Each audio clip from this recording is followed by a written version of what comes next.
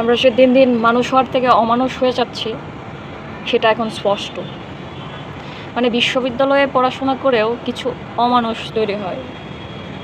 মানে তোফাজ্জল ভাইয়ের সাথে যেটা হয়েছে বা যেটা করা হয়েছে সেটা খুবই খারাপ হয়েছে ওনার সাথে। বেচারা তো এমনিতেই সব কিছু হারাইছে, প্রেমিকারে হারাইলো, বাবা হারাইলো, মা হারাইলো, একটা শেষ সম্বল ছিল ভাইরাও হারাইলো। আরেকজনের ফোনের আবেগে সে মানে কি বলবো, একটা ফোনের জন্য একটা মানুষকে এইভাবে মারলো, মারতে মারতে লোকটা মাইরাই ফেললো। মারবি তোরা ভাত খাওয়াইলি কেন? বিশ্ববিদ্যালয়ে পড়াশোনা করলেই সবাই মানুষ হয় না, কিছু অমানুষও হয়, কিছু জানোয়ারও হয়, যেটা তাদের না দেখলে বুঝতাম না। এটার আসলে সরাসরি বিচার হওয়া উচিত।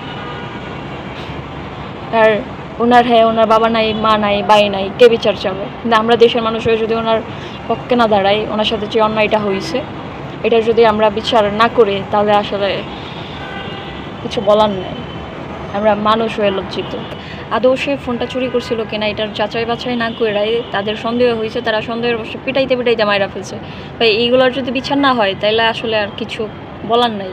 মানে এই দেশে জন্মগ্রহণ করে অনেক বড় পাপ করে ফেলছে, এটাই বলতে হবে। কারণ এখানে ওপেনলি মানুষরা মাইরা ফেলা হয়, নির্দোষ মানুষরা মাইরা ফেলা হয়, কেউ কিছু বলে না, ঠিক আছে, কোনো বিচার হয় না।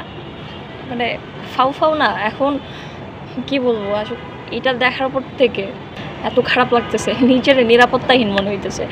ধরেন আজকে ভালোই রাস্তায় বের হইলাম, কারো সন্দেহ হইতেই পারে যে আমি চোর, বা কারো সন্দেহ হইতেই পারে আমি ছিনতাইকারী, কারো সন্দেহ হইতেই পারে আমি হ্যান ত্যান।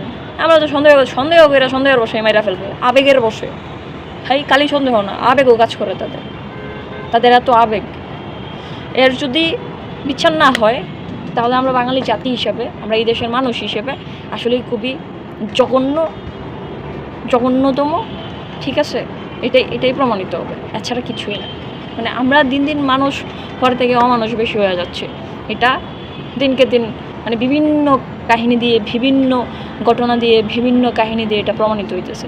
মানসিক ভারসাম্যহীন একটা মানুষকে মাইরা তারা দেখাইলো যে আমরা অনেক পাওয়ারফুল।